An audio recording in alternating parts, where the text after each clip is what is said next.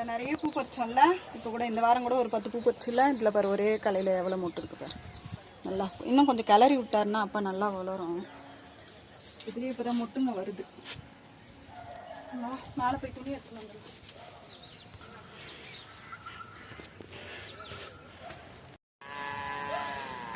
அண்ணன் துணி தாம்மா ஃபுல்லாக.